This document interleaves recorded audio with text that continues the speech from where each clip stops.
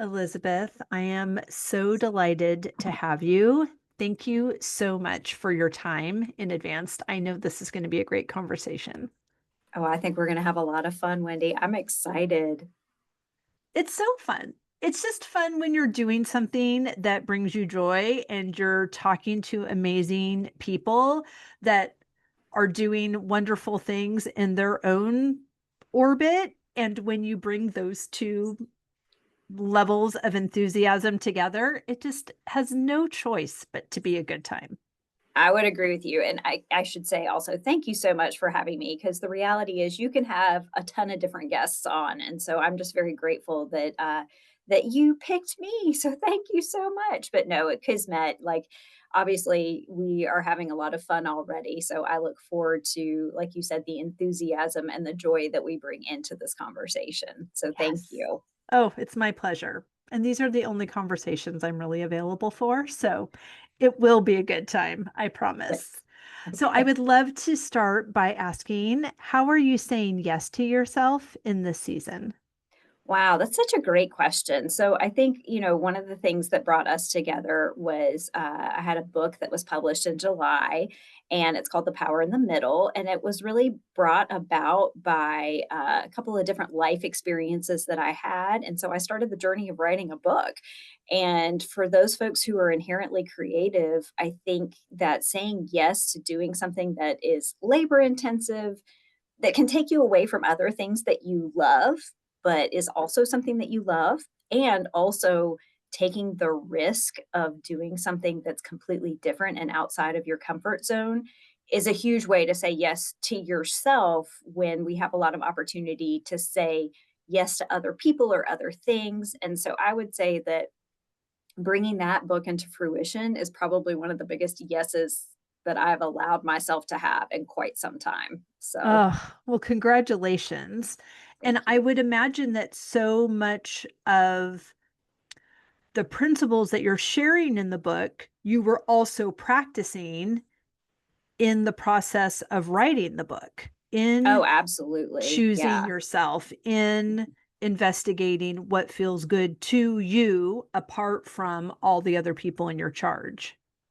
absolutely. And it's interesting because really the subject matter here is talking about the power in the middle, which is really moving into your midlife with confidence. And so thinking about that, it's so funny. Like any story that you tell, you kind of don't know the end of it until you finish it. So it's like you're following along as you go.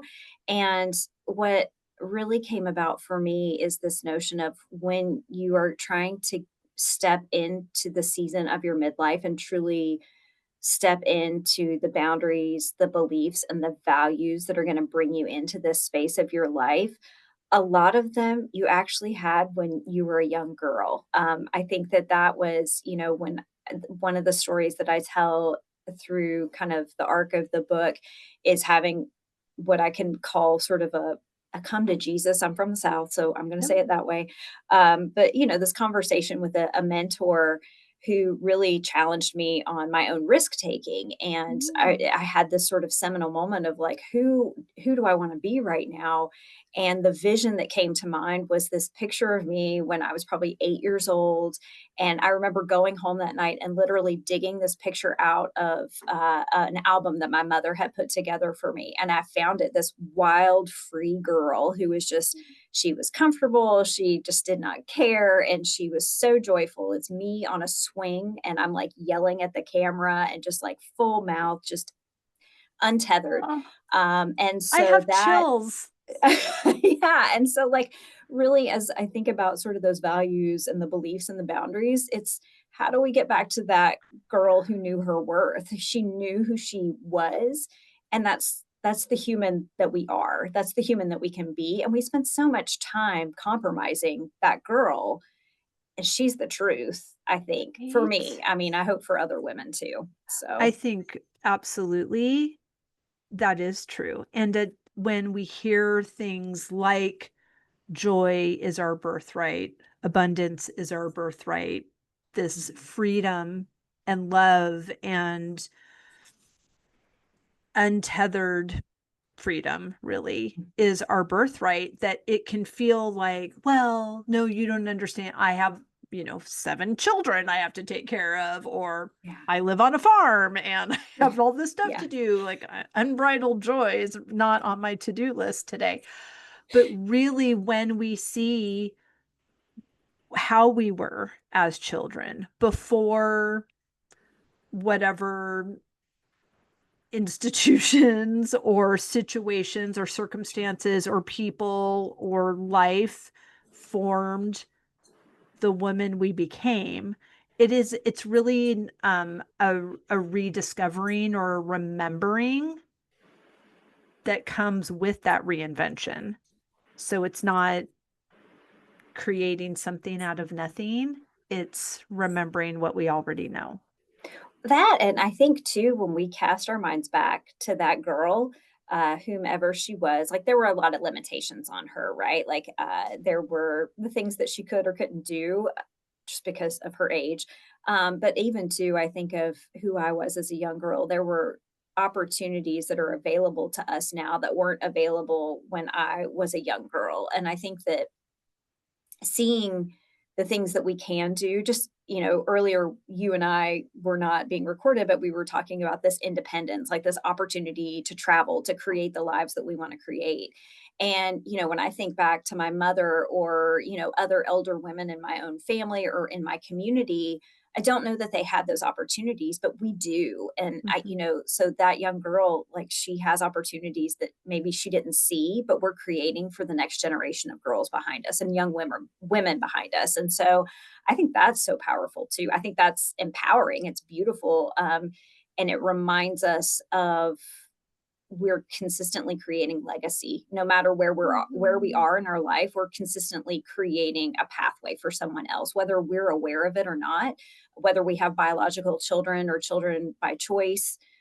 Like we're doing that for so many other people, and so we have to be so mindful of that, not in a way that feels like a burden, but just to, again, I think it's another way to capture joy. It's like what do I want for myself, but then what do I want to show other people that this version of life looks like, if I have that opportunity. Hey, I love that answer. And I love how it, like, all of my synapses are firing of questions. Like, that's so fascinating how instead of thinking, I can't think about myself because I have all of these other things to take care of, it's in that inward focus and in those decisions that I make for myself with the idea of legacy as well, actually has me taking better care of everybody in my charge because I'm doing it with intention Absolutely, and with absolutely. purpose, and not just figure out something for dinner. And I think the broccoli in the back of the refrigerator is bad. Okay, I got to go to the store. I got to like call Uber Eats. I got to whatever I have to do. I don't do any of those things, but um, it sounded like somebody's day. But it's, we think that taking care of all of those things, checking the boxes, Mhm. compared to this self-reflective self-care that makes us available and effective in the true care we want to offer the people that we're in community with. Absolutely. And and I think the hard part, I think it's important for us to validate too. Like you said, like that might not be your life or my life, but those are women's lives. Like that, and whether or not that is something that you choose or sort of gets put upon you and you're doing it because it's what needs to get done. One thing that I truly want to validate about women is they can be very pragmatic and know, like, if I've got to push through, I've got to push through, even if I Mhm. feel burnt out. So, some of finding joy is saying no. When we Right. can, finding the Yeah. spaces where we can, validating that not every season is going to look like a season where you can have that intentionality. And when you do find those seasons, it doesn't have to be, a weekend at an ashram. I talk about that in my book. Like I did an Yeah. escape to an ashram. It was quite the story. But sometimes it's 10 minutes locked in your Hmm. Yeah. bathroom to get away from the other Yeah. humans in your house. And that is okay, and we have all done it. So, Yep. validating the spaces and places that you're at in life, but also knowing like that intentionality, it can be a real shift for people, for women to live the life that they want to live. But it takes time and it takes energy. And when you're tired and it's between you and having that 10 minutes and you going to bed a little bit early, girl, go to bed early. I get it. Right. Try again tomorrow. So, Totally. Yes, because you'll get another chance. And when I say that wasn't my life, it's because we don't play soccer or use Uber Eats, but I got a thousand things that I have on my list that can easily take me away from what I've deemed important. And we've talked about this on the podcast a lot, but I have a morning practice that that one thing. I mean, I grew up in church, so there was always this, you need to have your devotional time with the Lord. And I don't know why I could never get that to be a part of my life. And about 5 years ago, that became a part of my practice. And it is my time with the Lord. Like it is, I yeah. am connecting with my source during that time. And I'm so grateful. And if I had to choose one thing that has completely transformed my life, it would be holding that space for myself. I feel like I have 2 days every day because of that time I spend. And it starts Yeah. early, but it just matches my personality and the cadence of my days. But I get up at 4:45 and I have a practice that takes me until about 7. And then I wake up my daughter for school and she gets the very best version of me because I've journaled and I've prayed and I've meditated and I've read, and if I'm good, I've also stretched and moved my body. But most times I'm like so in to the journaling and just Mhm. that heart process. And then the rest of my day is so much movement on the farm. But anyway, that practice has been very transformational. And if you can't go to an ashram or take the fabulous pattern interrupt that is one of my trips to France, or a farm stay at the bed and breakfast, or whatever, I'm just curating and creating opportunities for women to say Mhm. yes to themselves. But until your calendar matches the desire to do one of these things, we do have the opportunity to create space, even if it is 10 minutes at a time. Well, and what I love about what you just shared in terms of your time with the Lord, like that devotional time, what it speaks to is when I was doing yoga teacher training, one of the things that we would talk about oftentimes is like there are times when the mat isn't available, like the mat just isn't available to you for whatever reason, it just you're not into it, you don't want to, you can't find the time, whatever the thing is. And I think what you just described is a good example of it's okay if something's not available to you. It doesn't mean it's always going to not be available to you, right? It means that you create availability where you can, Mm. and you honor that availability when it's there and you honor it when it's not there, because there could be something else around the corner that's different. It doesn't look like the picture, right? Because I think Mhm. what's important is like I love the practice that you're doing. I actually have pretty similar practice, probably compressed to about an hour and a half. But it's what we make the space for, and it has to Mhm. develop over time, right? Like it has to be the thing that works for us in that time frame and space. And if it doesn't, there's something else Right. there, but we have to be curious about it. And I think Yes. kind of like what you were talking about earlier with curiosity and thinking about how can we be creative. I think curiosity kind of gets tamped down, and it's a wonderful, it's life-giving to be curious, to look at, Yes. to figure out what your undiscovered country is. Like what are the things that you don't know about yourself yet that might be just around the corner, and those can be really fun things to discover. So, Absolutely. And it just fills your day with surprise and delight when you mhm. are curious and you trust yourself. If someone's listening to this podcast and they're like, okay, I see Wendy living a life that is pretty dreamy. And you are right, listener, it's true. And I created it for myself. And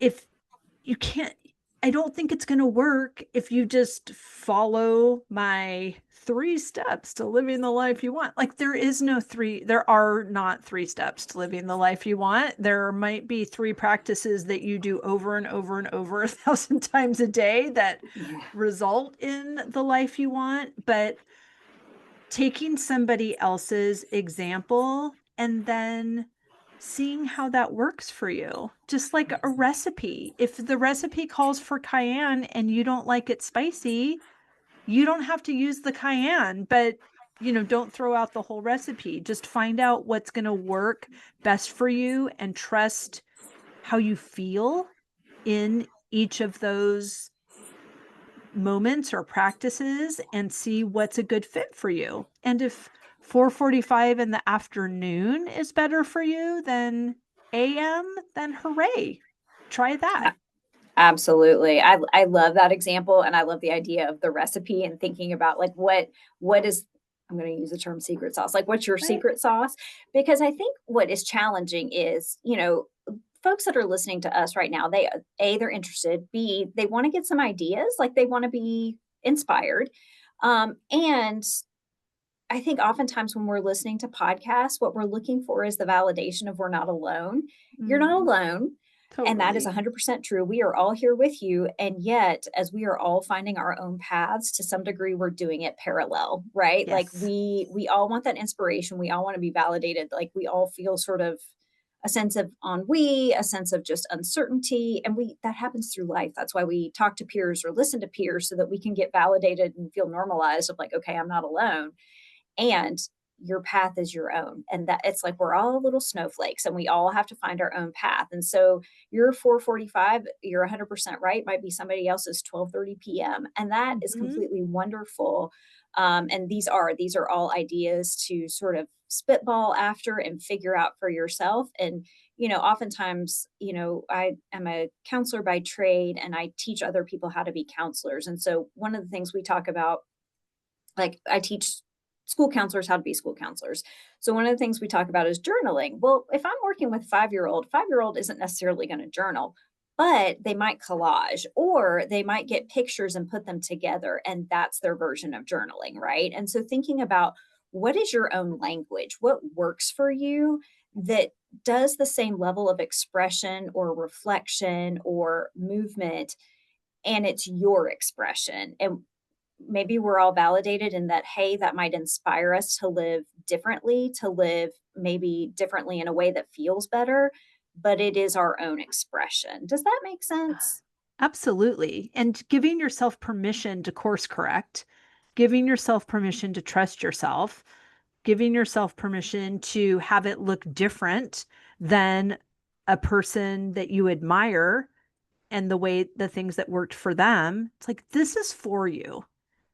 And you can trust that. And God, the universe, your whoever you listener refer to, this beautiful, creative source, divine energy, intelligence, all the good things. I'll call it God, obviously, because that's easier than all the other words.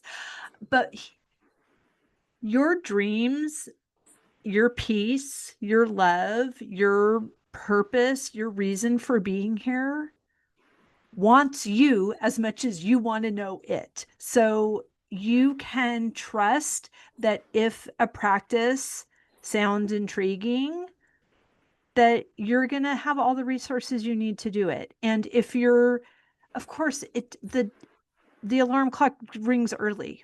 So there's a unfamiliarity and maybe an uncomfortable feeling about trying something new, but you know what a hard no feels like. If you don't want to put the apple cider vinegar and the lemon juice in your hot water, like you just don't want to. It's not going to have the effect that it's supposed to have if you are resistant to this whole process. So finding what works for you and then just letting that be your yes. You don't have to justify it to anybody. You don't have to get everybody else's buy in. Just do what works.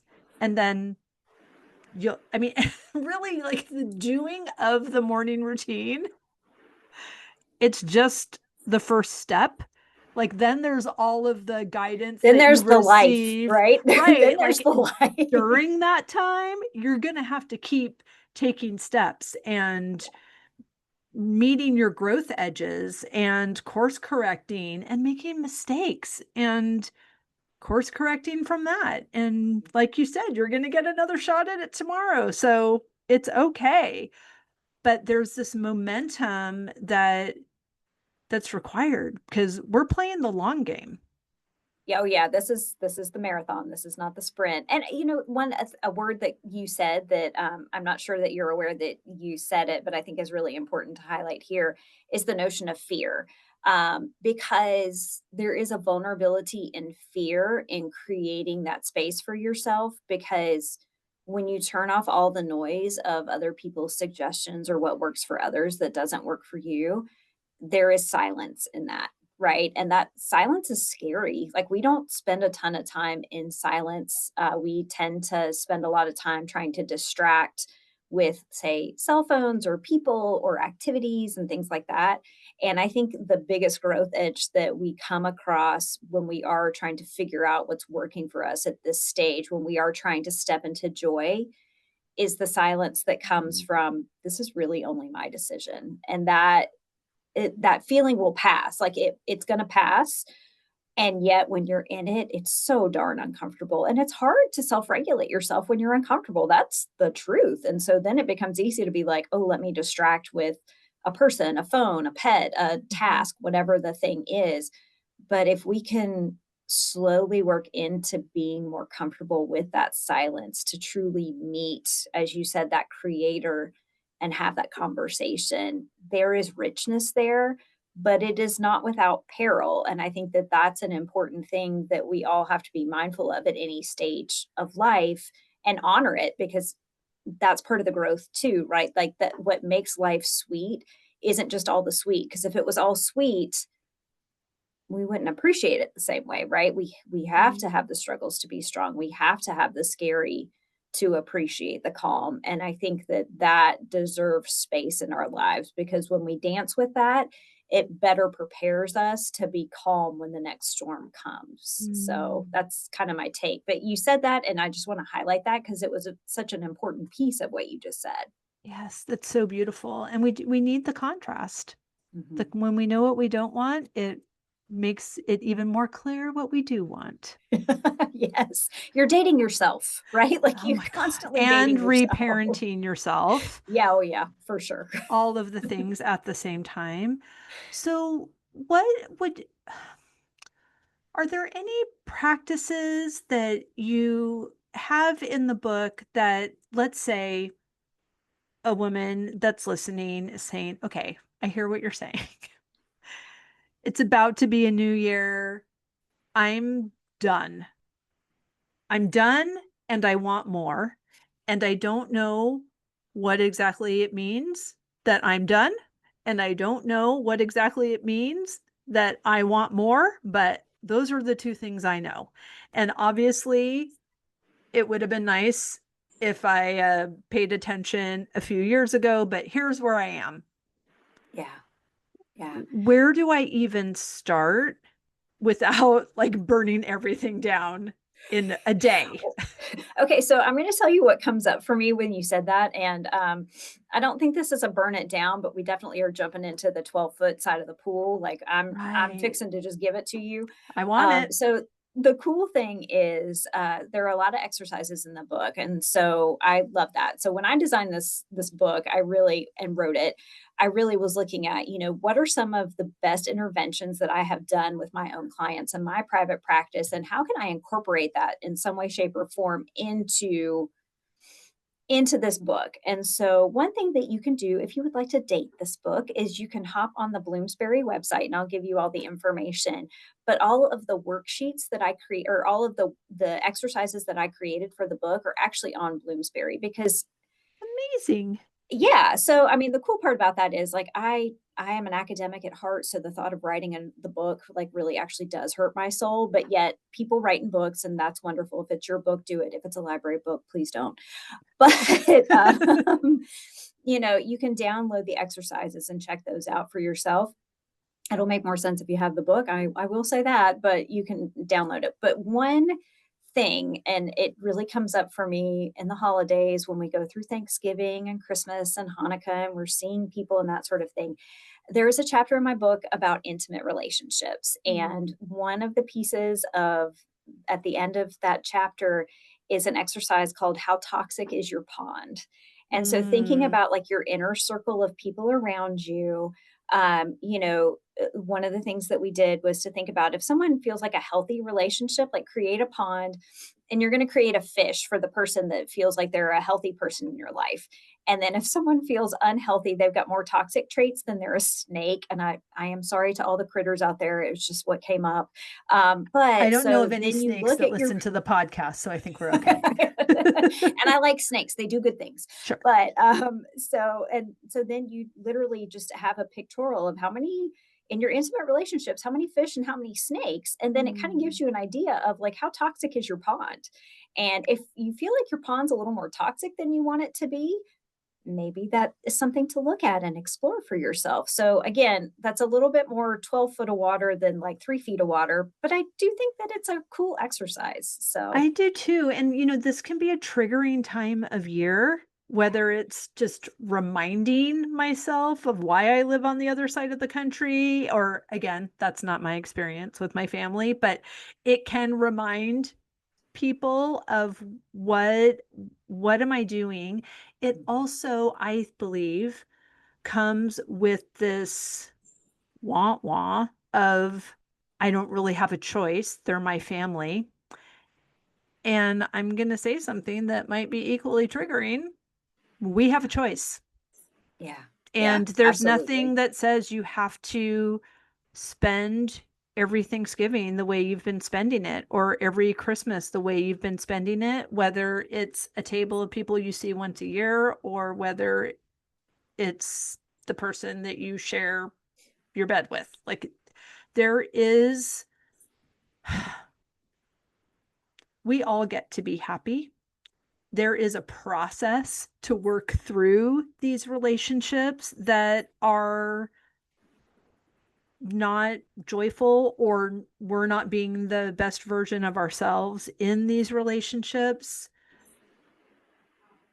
It's all of an inside job, but sometimes a part of that inside job is making a decision to not be in that room anymore.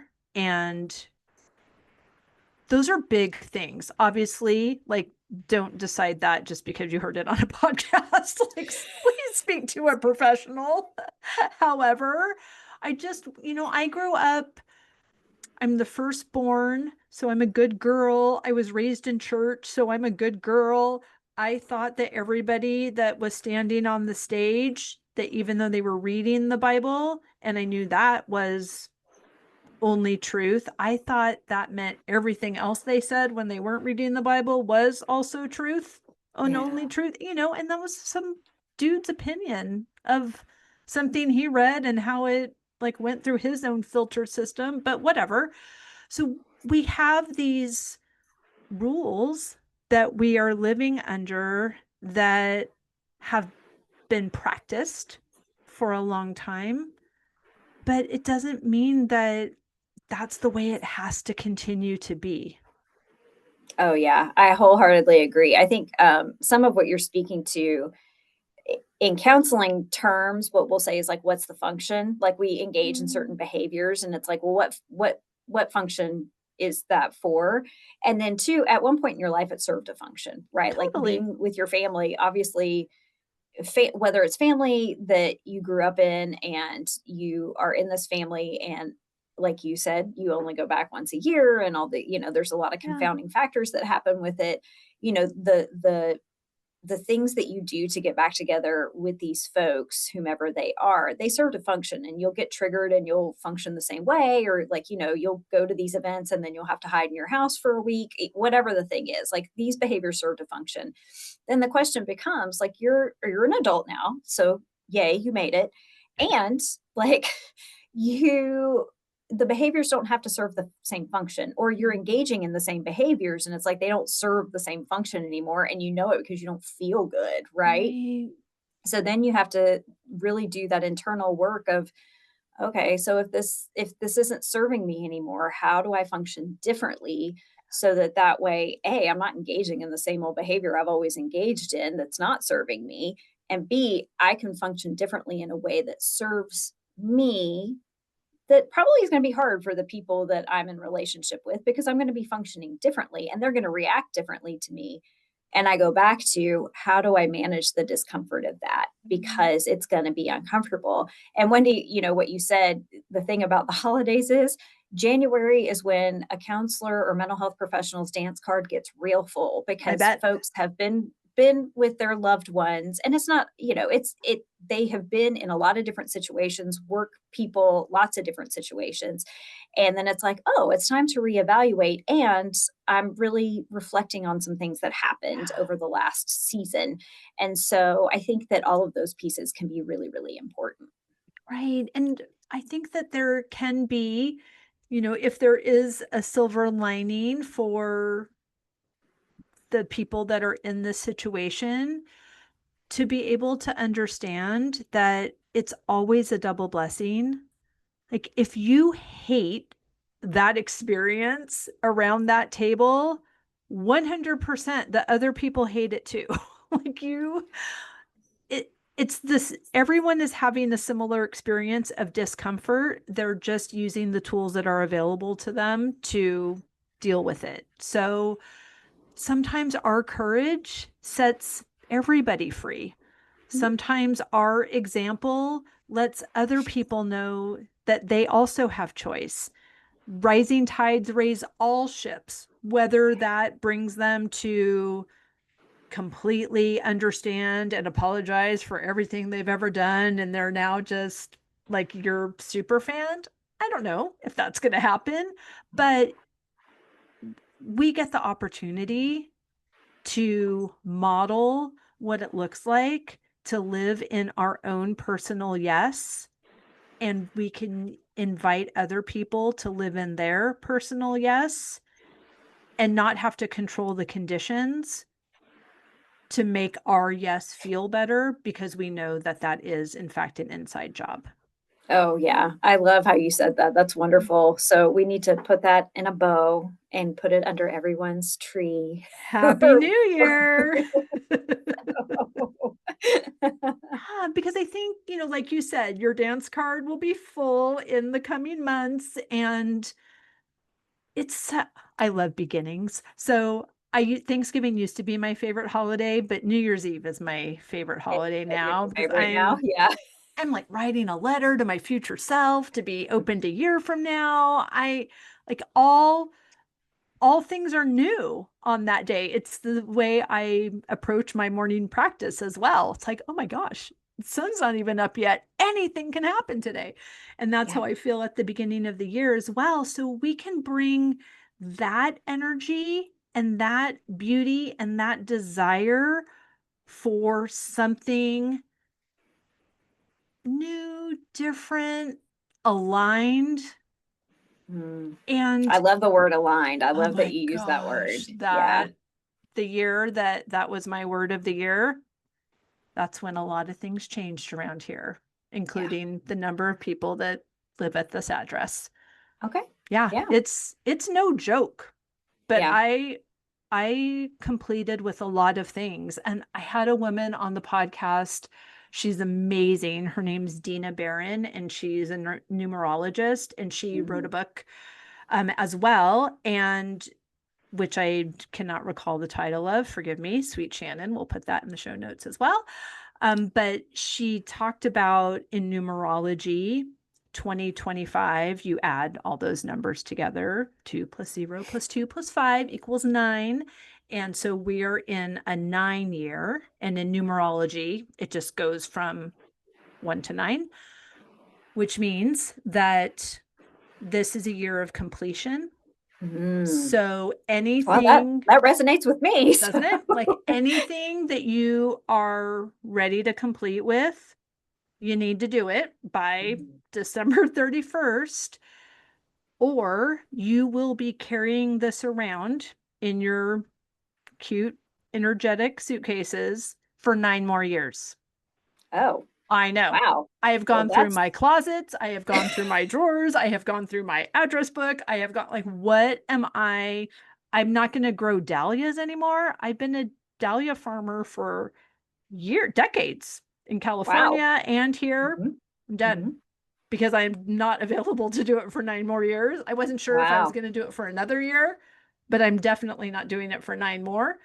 So it is really like this is an opportunity. This is not only the beginning of a new year, but a beginning of a new cycle.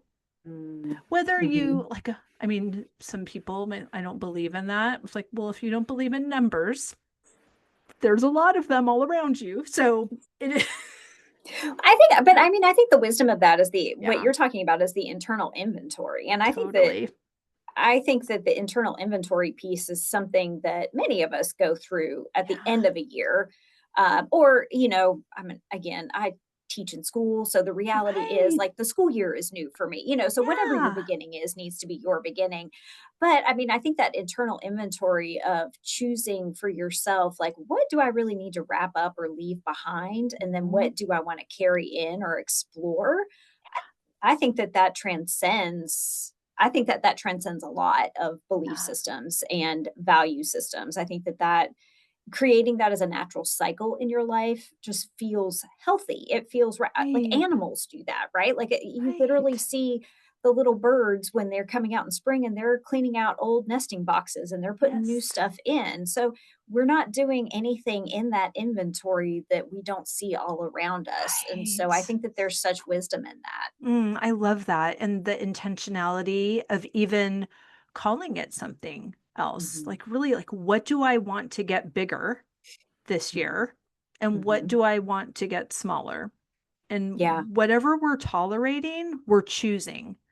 So Mhm. when we can put them into different buckets, just slightly changing the semantics makes it have the energetic and emotional weight that it actually has. We've Yeah. just become accustomed to that pain. So Yeah. Oh, we're yeah. tolerating it Yeah. instead of, as soon as that woman said, I have to hold on to these pants for 9 more years. If I don't get rid of them now, I was like, okay, you're done. And it wasn't about, of course, I can remove something from my closet in Yes. February without doing anything. But there was something about the mindset shift Mhm. that Mhm. made it feel like my decision Yeah, it's to that do catalyst, it. right? Like, It yeah, it's just that wasn't, catalyst of yeah, I need to like I'm sitting on this decision. And again, it's like, what's the function of sitting on the decision? What's the function of mhm, hesitating right now? It doesn't actually right. serve a function. And it's like one of the metaphors that I'll use sometimes with clients is it's like you have on a wet wool blanket and it's the middle of July. Like, why are you walking around outside with a wet wool blanket in the middle of July? It's hot, it's disgusting. I'm in the South, it's humid. Like, you Yeah, are not serving yourself. So I love yeah. that. And it's true. We, they are that obvious if you have fresh eyes. Yeah. Yeah. You just have to and that's the just, like, you just have to, but, you know, again, taking that step back so you can take that step forward, and I know Mhm. the yes is really the embodiment of what you wanna pursue. I as the counselor, I do have to say sometimes it's the no. The no can also be powerful. The no The is no sometimes is a a yes in yes. disguise. The Yes. no is a total yes because it's a yes to yourself. That means Yeah, you get to identify whatever that is. yeah, And yeah, many of the women I have on the podcast, when I ask them how they're saying yes to themselves in this season, they say, I'm saying no. I'm saying yeah, no to these things and this obligation, quote unquote. Like we put so much weight on the definitions of things that if we do stop and investigate a little bit, what is my motivation for this? What is this serving? Like you said earlier, it used to serve a function, but I'm not 8 years old anymore. I heard, I don't know if it was someone on the podcast or some another podcast I was listening to, but the woman was talking about perfectionism, Mm. and perfectionism is a trauma response. Oh, yeah. Like, Oh, oh, yeah. what? I thought it meant I was paying All the things that attention. made me successful I in have life attention are a to trauma detail. response.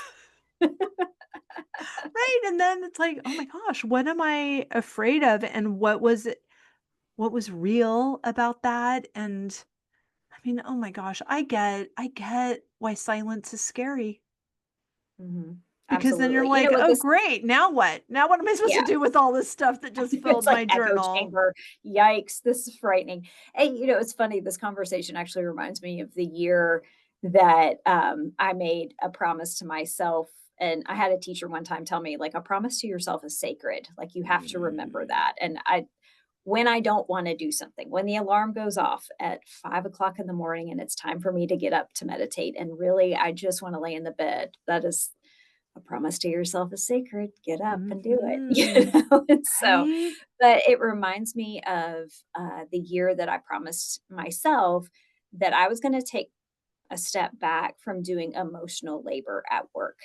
And what Ooh, that say looks like at more. work was, as the only woman on the team, I would be the person who would make sure, like, and there were food things, or, like if we had an Someone's event, I would clean up birthday. after, Mhm. or, just all those like nice emotional labor women type things.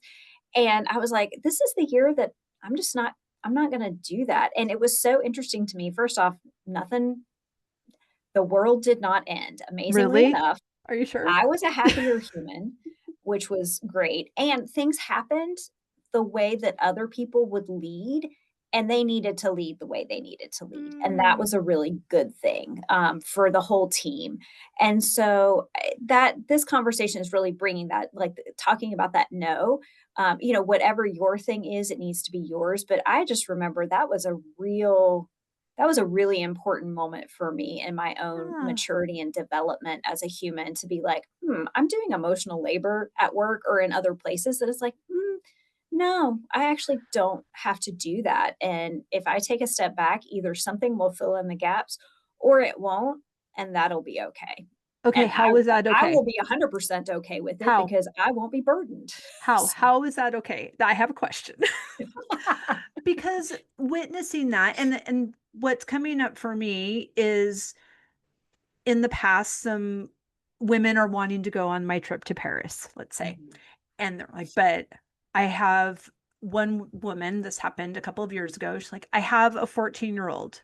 Like I can't even imagine what's gonna happen. Correct that. What's not gonna happen if I'm not here.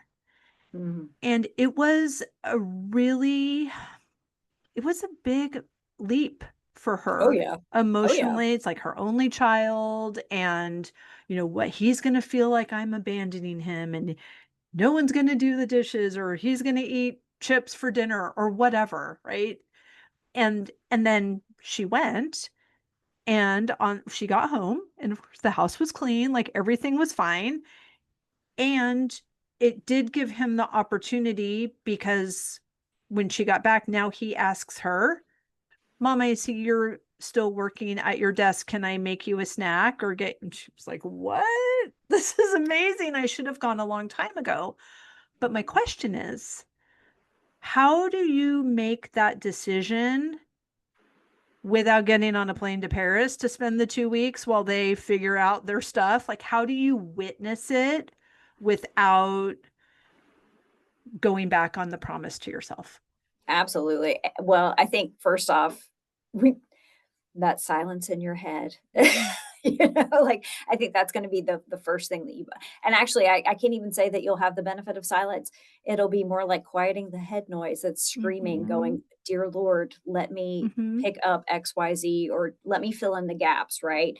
And so then it becomes that self-soothing of, "Okay, what's the function of this? Like, if I step into overfunction, are we all gonna learn our lesson?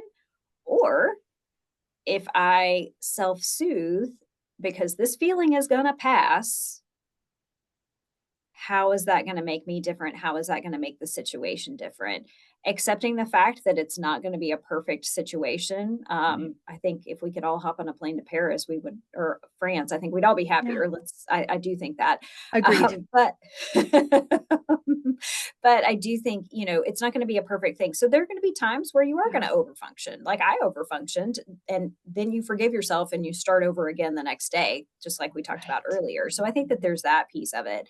And then really kind of having that moment with yourself of like, what's the function of this? The function, just like your example, which was a beautiful example, it's a less extreme example of if I am looking to have other humans in my life who appreciate the things that I do and that they do, then sometimes I have to take a step back and let them see where the holes happen. Mm, And also, it kind of tells us what people value. You know, a lot of this is predicated on the notion of this is what I value or you value or your client valued. But if other people don't value it, it's okay because guess what? We don't all value the same things. And I think that's probably the most uncomfortable piece is yeah. for me in that growth experience is not everybody actually appreciated the thing. Not that they didn't appreciate me and that I was doing it. It was just the things they actually weren't valued because they weren't as Right. important to them. And Right. that was okay. Like we all lived through that experience. But I think that that piece of discovery is us also accepting other people in our lives for who they are, not who we Mm. want them to be. Oh my And gosh. that means we have to accept ourselves, but we also have to accept the terms of these people in our lives. And that sometimes is the hardest thing of all, isn't it? Right. I mean, on the big things, I am all in. I cannot even describe the level of resistance I feel in my body listening to your words and the topic of why this is so challenging for me is so stupid that I'm going to say it out loud. Like, but are you sure? Like, what about loading the dishwasher? Like, You know, really, the I'm like, I dishwasher. can forgive so much, but it's like, are you freaking kidding me? Have you ever watched me over the last, I don't know, 25 years load the dishwasher? Do I ever put that knife in here? No. Do I put the wooden handled spatulas? No. So Do I you know how many think therapy sessions I've done on the subject of the dishwasher? of Do you my know how many unhealthy attachment to my kitchen stuff. how many like friend conversations I've Yeah. had about how is it that we've all lived in the same house for 15 years and we still don't know where the big colander goes, so it just lands on the countertop and it never goes to its home? Right. Why? Yet you got it out. So you do Mhm. know where it is. You just Yep. can't remember in this vast landscape that is the kitchen. Yes. I mean, it's really I know control is an illusion. But that is clearly like, okay, I'm glad that I know that this is a 9 year and I got to complete with this attachment because it really is. My grandmother had this great saying, never load another woman's dishwasher. Mm, And I mean, that was that a could wise woman right practically, I there. know, that could practically be in the Bible for how much I attached, yes, total truth to that.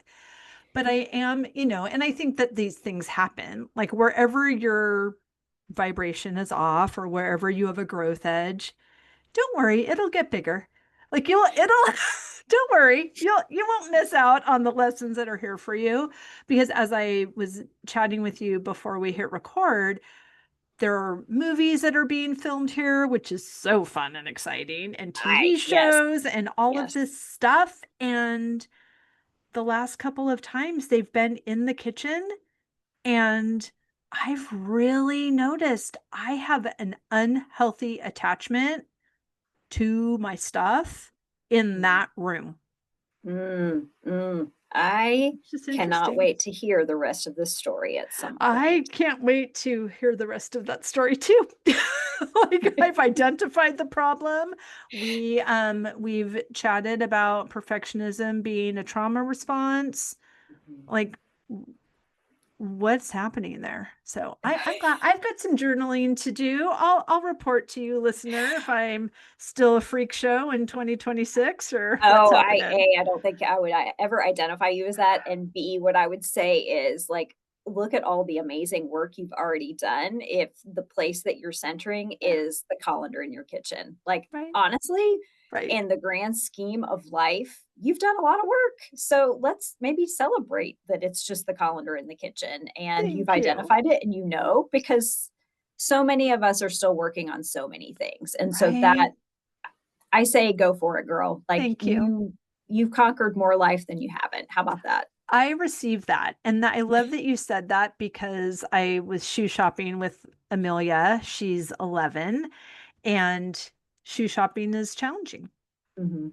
Mhm. because I'm raising a young woman who knows what she wants and says what she wants and listens to her body and is also a fashion designer. And sometimes she's like, I don't like the, I'm like, what don't you like about these shoes? Like, oh my gosh, these are so, I don't like how they look when I look down. Like, well, nobody else is looking down but you. And I'm like, oh my gosh, Wendy Harrop, what are your words? That's the only opinion that matters is how they look when you're looking down, because that's what I'm raising. But she wants these high tops, but she's like, well, I really want a high top, but with a zipper because I don't like the tying. And I'm like, Mm, oh my word. If the worst thing that happens in your life is tying your shoes, you have a sweet gig. And then she was like, I do, mom. Thanks. It's like, oh, yeah, you have a sweet gig. Like it just changed like that. It changed my vibration. I had like all the yeah. same words, but so hooray. That the only thing I'm a freak show about is the wooden handled spatulas not belonging in the dishwasher. Okay. Thank you. Thank you for that shift. You're welcome. But no, I don't put the wooden handled spatulas in Because my they're not dishwasher. supposed to go in the dishwasher. Yeah, Right. it'll Well, ruin them. So you may load my dishwasher. well, A, I am honored, and B, no, I'm following your grandmother's advice because there's something in there that I'm No, gonna do I'm wrong. sure I'll freak show something about something else. That's for sure. Oh my gosh. Okay. Dr. O'Brien, I love you. You're Oh, this was amazing. wonderful. Thank you so much. I am so grateful. And what a way to celebrate holidays and the coming of a new year, if this is the way you want to kick it off, a new beginning. So I am just so grateful for this time. And I can't wait to see whatever these movies and productions are that are coming out. Like, I know they're yes to fun. all of it. And so, so wonderful spending this time with you. Thank you from the bottom of my heart. Truly, it has been a delight. Oh my gosh. Well, thank you. And thank you for writing this book. I think the timing could not be better. And we have so much opportunity to make the shifts that our heart is calling us toward. And you've written a blueprint on how to do that. So thank you for that. Please Well, tell thank you. everyone where they can find and follow you, how they can get a copy of the book and a copy of those lovely worksheets that you mentioned so they don't have to write in their book. Absolutely. So we will have links to bloomsbury.com, the publisher, for your show notes so that that way Hmm. you have them. We want to make sure I could give you the extensions, but I will mess it up and that would That's just be okay. tragic. So definitely we will get that for your show notes. You can actually find The Power in the Middle on Amazon if that is your choice. You can also go to Barnes and Noble or you can go directly to bloomsbury.com. You can find all of that on my website, which is